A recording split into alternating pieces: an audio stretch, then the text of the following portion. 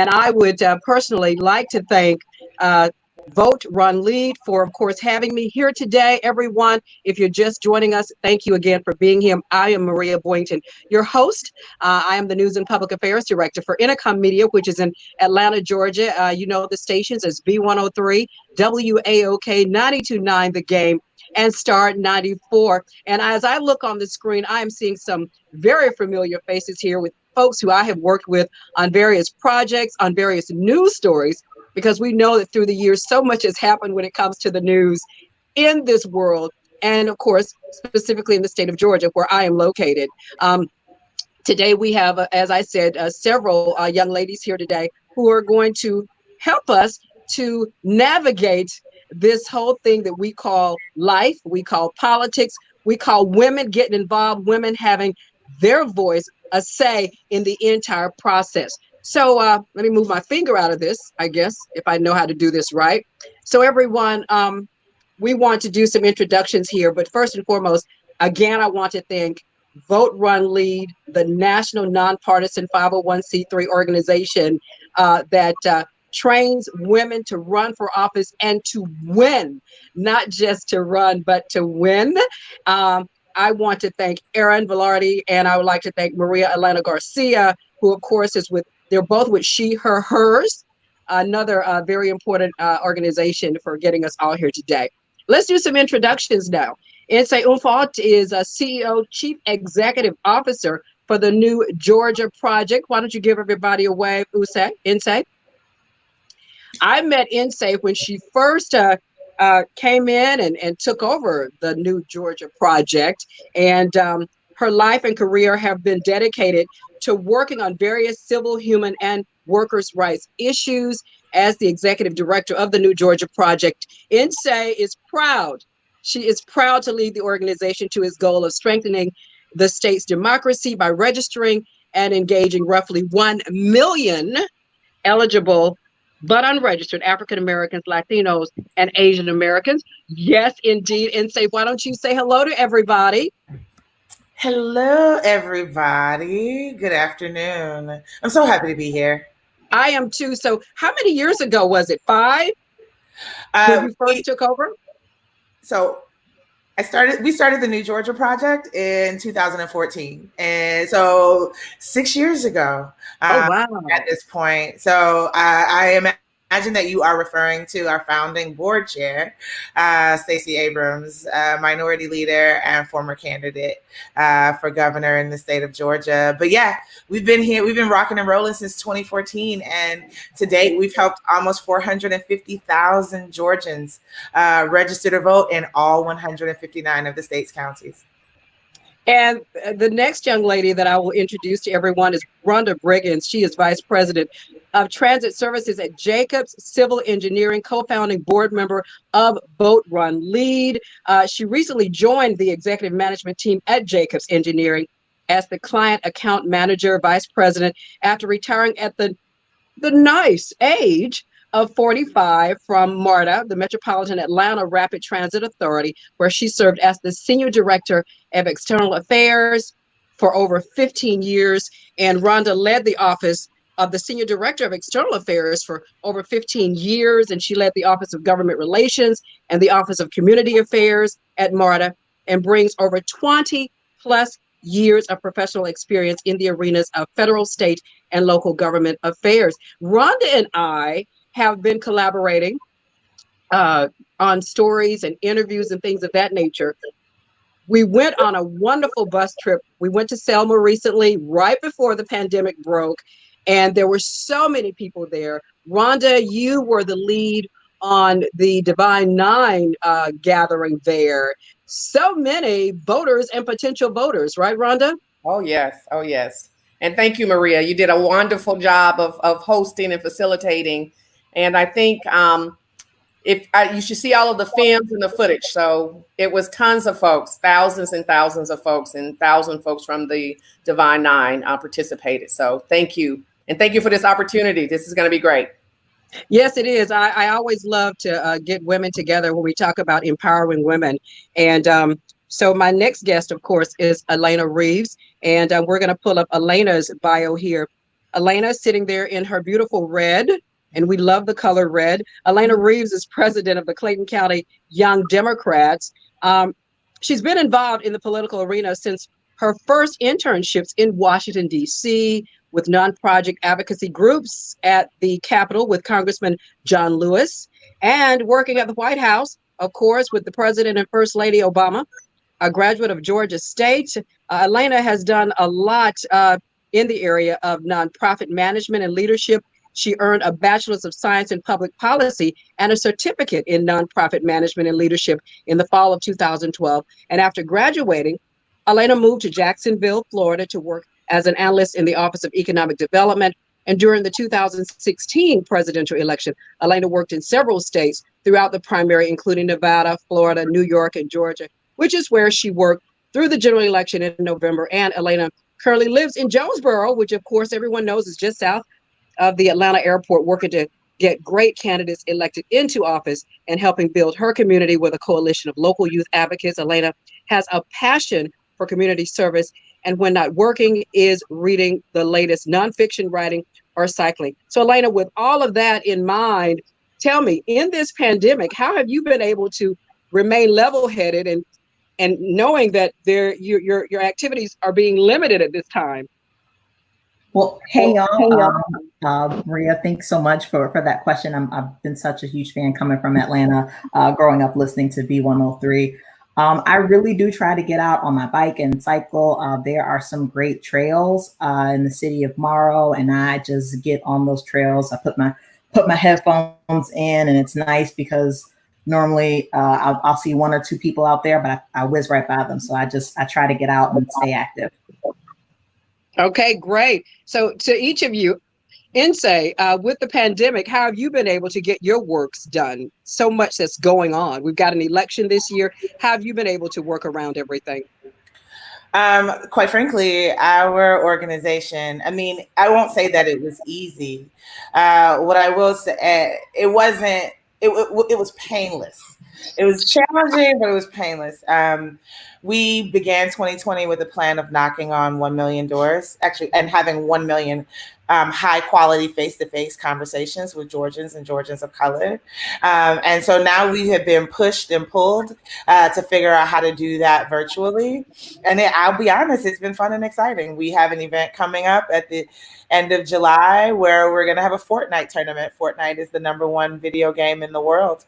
And we're our partners with the production company. We're expecting 1 million people to tune into the live stream, and we want to make sure that they're all registered to vote. So it has pushed us and figured us how to do our work differently.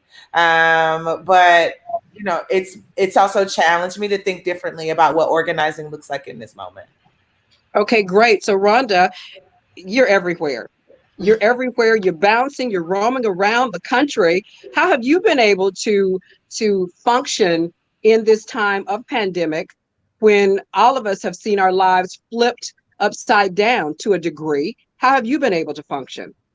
Well, I am exhausted because the pandemic has increased my work and not decreased it. So, you know, everyone is doing Zoom calls, everyone's doing interviews. You know, you have the opportunity to shed your strategies, your voice, your insight, opportunities to engage all sorts of folks around the country. So with all of that, the work has increased instead of decreased. And I agree with Insay I think everyone's just trying to be creative, trying to figure out, you know, how do you do those in-person contacts? And so it's allowed the folks like us who have, especially Vote, Run, Lead, who've been very creative over the years anyway with trying to engage the community around the electoral and the political process. So more people are just calling on us now as a result of that. And so we're working harder. And many of us are probably going to say, you know, we're zoomed out. But we continue to do what's needed at this particular time because it is the time that the country really needs leadership, and the time that many of these folks have been on the ground and their voices need to be heard, not just locally, but nationally. So I think it's a great time, and COVID has just helped amplify and lift up all of the work that many of these women have been doing, probably most of their lives. So thank you for your service, ladies. Yes, indeed. A group of powerful women here today. Vote, Run, Lead. Again, thank you so much for putting this all together. And say, a few years ago, we were both at the state capitol, and we talk about, as Rhonda alluded to, we talk about the country needing great leadership now. The country is not settled now. It is the most unsettled, I can say personally, that I've seen it in my lifetime. So in say, we talk about the state capitol a few years ago. We were voting on different issues in the state of Georgia. It was an election for governor of Georgia. We saw a state senator arrested, a female state senator, Nikema Williams, who of course leads the Democratic Party here in Georgia. So in say, help us remember that day and what you saw when you saw our female leaders being taken into custody in handcuffs by state officers. And what is it that you knew that day that you had to do to make sure that female voices were uplifted and allowed to reverberate rather than being squashed and silenced? What is it that you knew in say that day?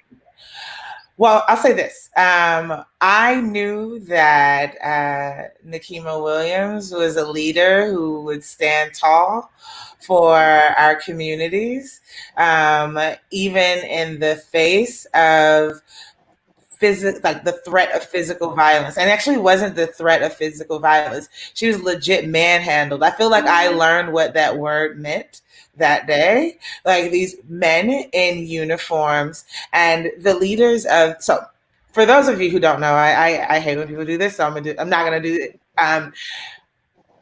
November 2018, there was an election in Georgia to elect America's first Black woman governor. That didn't happen because the Secretary of State, who is the person who's responsible for ensuring the integrity of our elections, was also the candidate at the top of the ticket and her opponent. By that night, by the following day, all of the votes had not been counted. And for 10 days after the election, the votes had not been counted. And on the 10th day, the opponent, Brian Kemp, yes, who is our asterisk governor, decided that he, as in his capacity as Secretary of State, wanted to declare the elections over, even though every vote had not been counted. And so there was a demonstration at the Capitol. It was a peaceful demonstration. Not that that matters, but it was a peaceful demonstration where people said, listen, don't certify the election until all of the votes have been counted. And there were hundreds of people. Mary Hooks was there. Myself, our faith organizing director, Pastor Billy Honor. Anyway, tons of women of color leaders, tons of Georgia leaders saying, do not certify the elections until all of the votes have been counted. And we, State Senator Williams came down to see what was going on, to ask questions.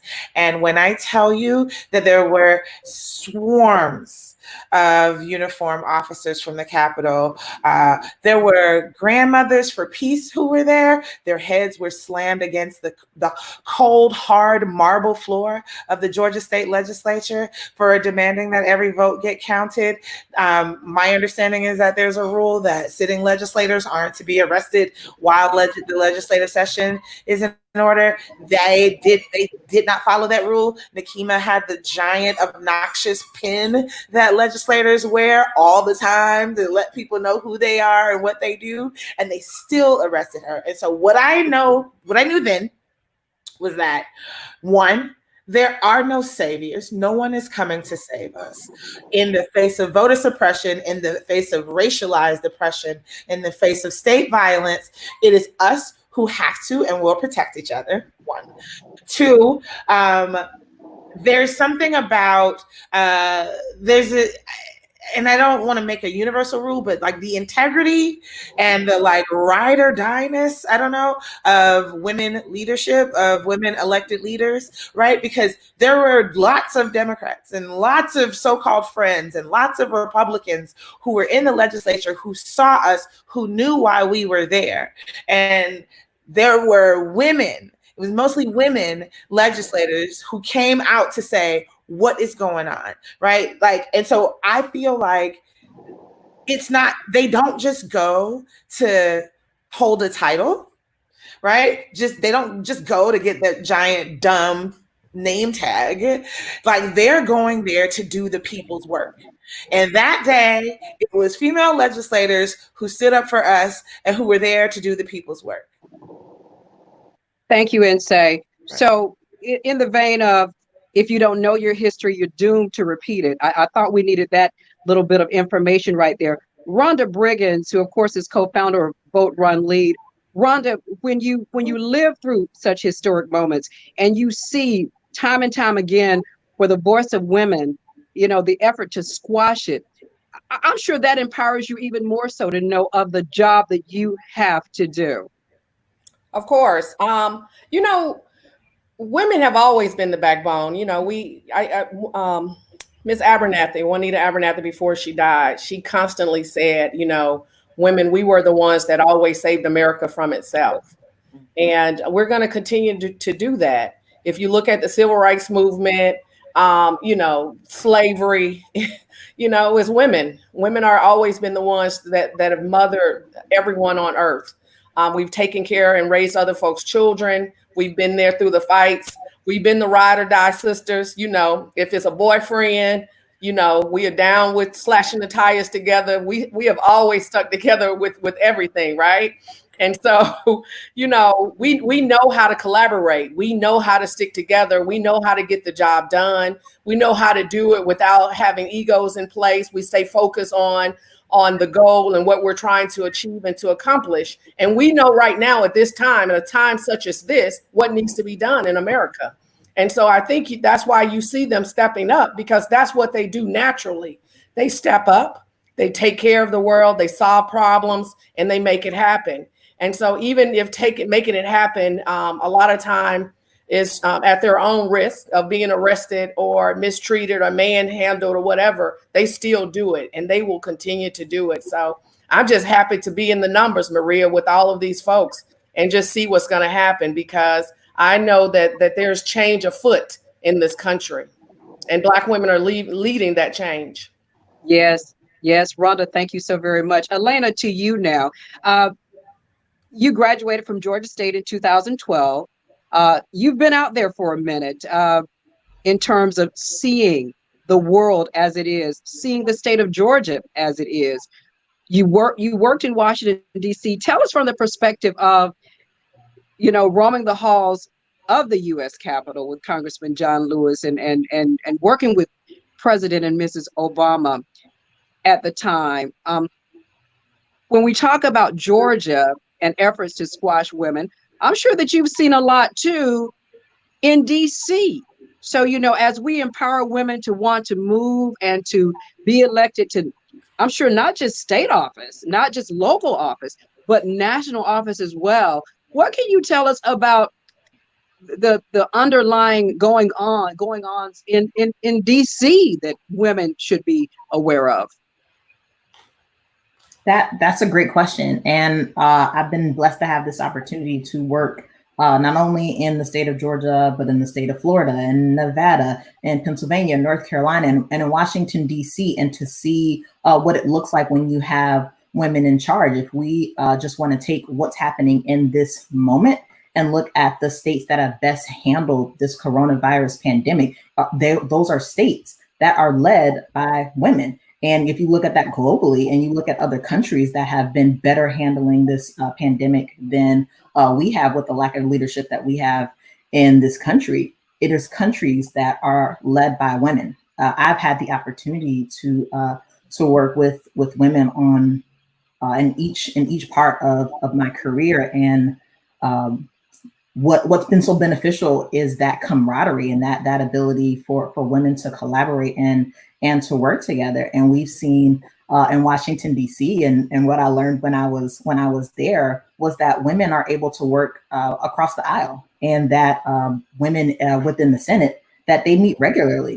so that they get to know each other, so that it's not, okay, I'm a Democrat and I'm a Republican and I'm not going to vote for your bill because of, because of partisan bickering, but it's women running for office because they want to see the betterment of their community. And so they're able to see compromise and they're able to see collaboration. And that is a skill that women have. And that's why we absolutely need more women in office. I live in Clayton County and I've had women leaders, and politicians my entire life. And I know that looks completely different than a lot of people who've grown up in other states. In the city of Atlanta, we have Black leadership. In the county where I live, we have Black and Democratic leadership across the board on the county commission level, in our mayoral seats, in our state legislature, on the House side and the Senate side. And that means that the issues that are being brought to the forefront are through the lens of, and I'm gonna shout out my favorite state senator, Valencia C., from the work that she did in the school board, and why she ran for school board and why she ran to work in the state house and the state senate, is to make sure that there was someone looking after the babies, looking after the kids. And that's what we see in the difference of why women run for office and why we do need more women to run for office on every level, school board, county commission, and to fill up the board seats, the zoning boards, the economic development boards. I sit on the Urban Redevelopment Authority for the city of Marl. Those are boards where you can join and get appointed by your mayor, by your county commissioner, by your city council. And it's part-time, it's unpaid, but it's an opportunity to have a say in legislation and in policies, and to affect change on a local level, which we know affects us more broadly than what's happening nationally. What I can say is go, women, go. We talked about the resiliency during these times, how you are staying resilient. We talked about that at the beginning of this forum here. So, Insay, what is it that you want other women leaders to know and to take action on? That it's our time. You mentioned earlier that we are living in very uncertain times. And I say that we should welcome it, that we embrace it, that the bold organizing, the bold demands that are emerging in this moment are coming from a very honest place. People, families, leaders, communities, organizations, companies are saying what they need in this moment. Like, people are articulating, because here's the truth. Here's what everybody needs to know. We are not going back. Whatever was on the other side of March of 2020, like the ability to capture that, to return to normal, that is not actually something that we are going to have access to. And so now is the time. Now is your time. I think that we will be the architects of what our institutions, what our communities look like on the other side of that. And that we need to lean into our leadership and lean into our power. There is no blueprint. There is no none of us have been here before. And so your experience, your commitment to your community, life has prepared you for this moment that we're in, and the rest, we are just making it up and trying to figure it out, and by doing right by one another. And so if you are called to lead in this moment, don't talk yourself out of it. Don't negotiate yourself out of it, because we literally need everyone to sit or stand in their full power and in their full capacity in this moment, if we are going to build a new society on the other side of this that works for all of us. Okay, thanks, Insay. To you, Rhonda, same question. What do you want other women leaders to know and to take action on? Well, I've always been a child of looking and studying the civil rights movement. And one of the things that I recognized as during the movement was you had Hosea from Atlanta, who was your community organizers in the streets with the people, That was his space. That's where he was very comfortable of being. Then you had Andy Young, who was the negotiator. He was at the table negotiating policies, economic development, and deals. And then you had Dr. King, who was the face and the mouthpiece, right? So you had these three layers of activism. And I think at this time, that's what we need. We need it all. You know, I've been seeing all of the Facebook videos of folks complaining about people looting. You have folks complaining about the protests, folks complaining about the hate crime bill, and we didn't get enough. We need it all. We probably will not have one leader like a Dr. King of this time. There are going to be multiple leaders. But all I want everyone to know, we need you all. There's a role, there's an inside game, there's an outside game, and we need everyone in a role playing some type of role. And you figure what that is. You figure it out. You know, I don't think, just like Insay just said, no one has to tell you. I think God gives us all purpose. Everyone's being called at a time to do something. If it's at your job, you know, people are calling and saying how they're making change in corporate America. There are policies and procedures, and I'm a policy person, and policies like making sausage. It takes years, but this is not years. I mean, we don't know what happened just overnight. You know, people are taking down Confederate monuments overnight. Policies at corporations are changing overnight without a discussion. There's been no debate. You know, we had more debate over the hate crime than taking down monuments and signs. You know, Nassau, the car racing people. I mean, NASCAR, NASCAR. Thank you. You know, overnight there was no discussion. Bubba said take it down. They said okay. And how long you fought in Georgia to get that done, right? So I'm just saying a lot of things. This is like a time that no one has ever seen. This is a time where things that normally take a lot of discussions. This morning they opened up with all of the different stars who had type of, I guess, Confederate or things that reminded you of that in their names of their organization, their bands. They removed and changed the names overnight.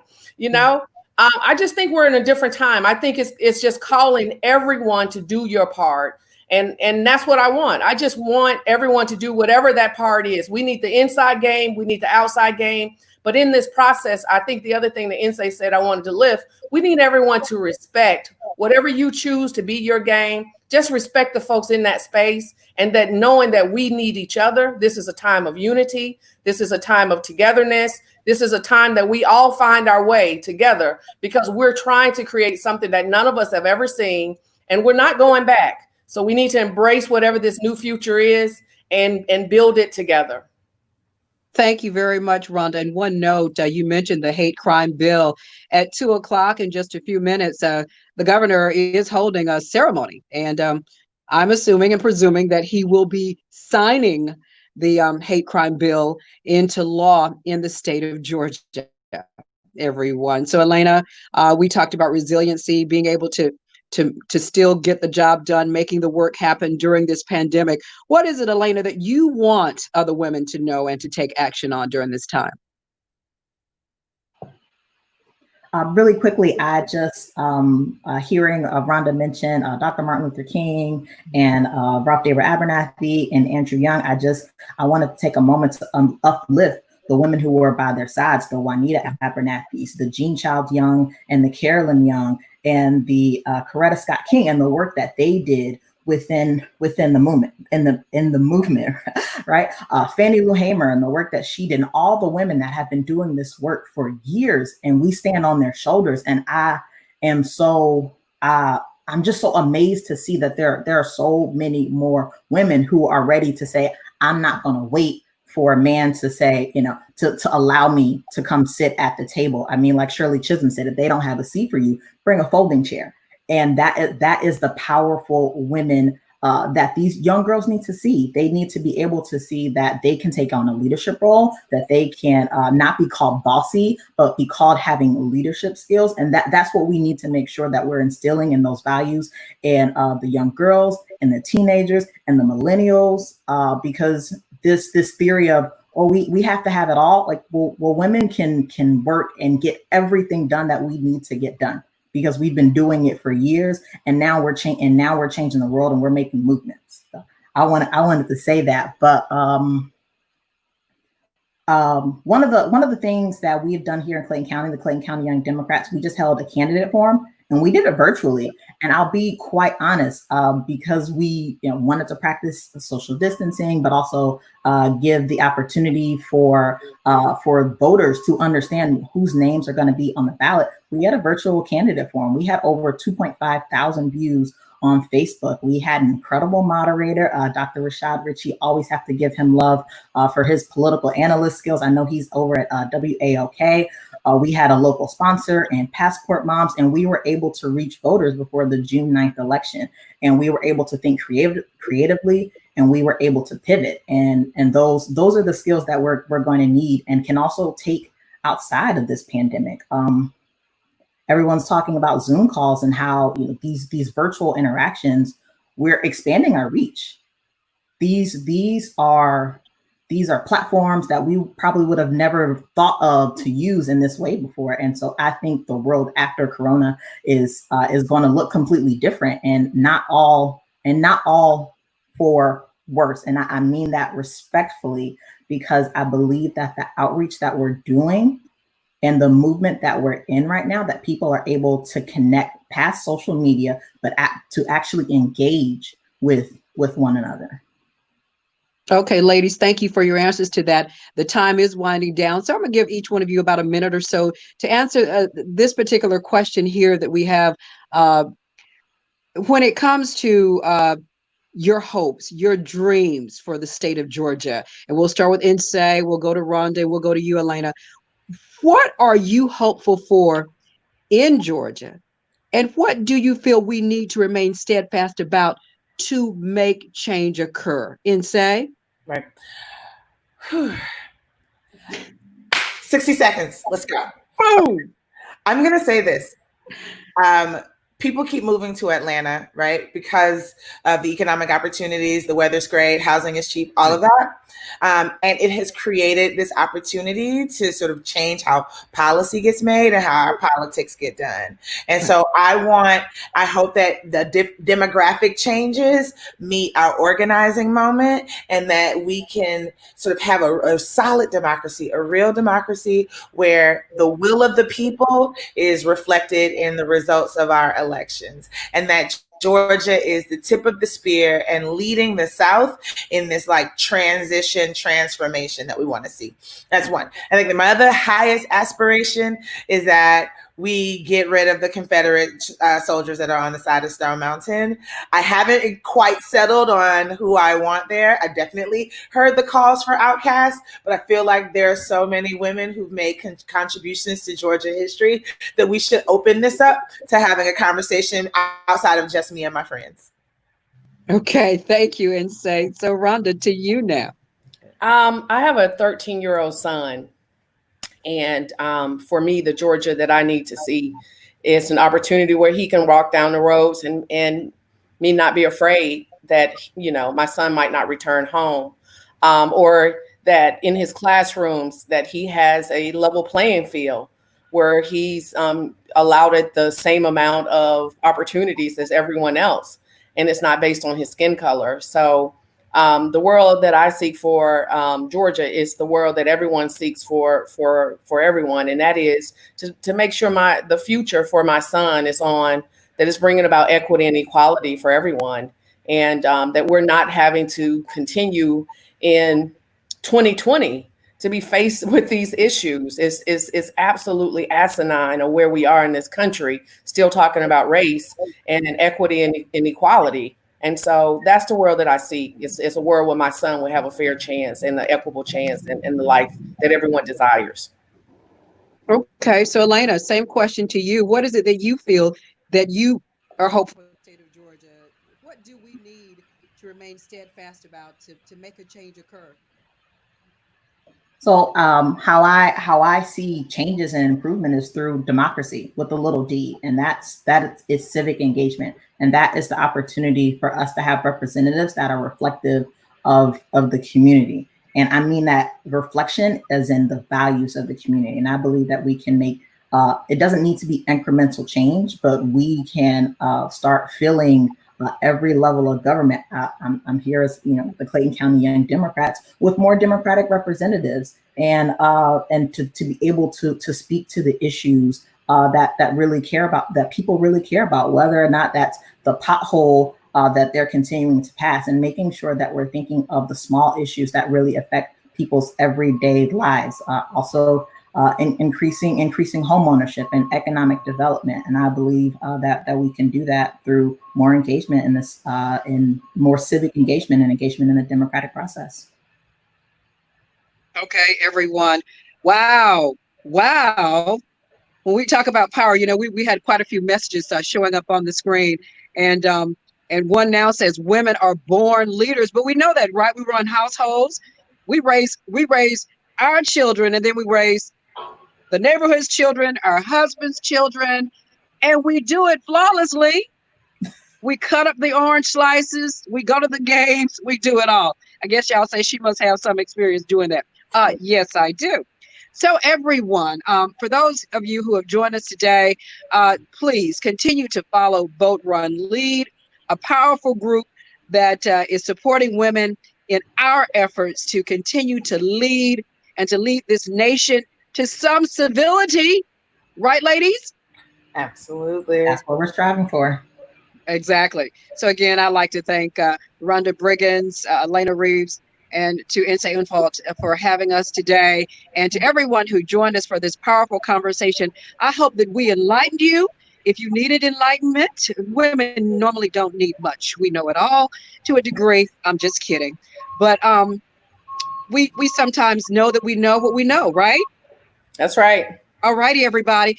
I'm Maria Boynton. I want to thank everyone at Vote, Run, Lead for having me to moderate this program today. It has indeed been a pleasure to sit amongst women of power and of concern, and who don't mind sharing what needs to be shared amongst us girls. Everybody, thank you. I've enjoyed it. Thank you. Thank you.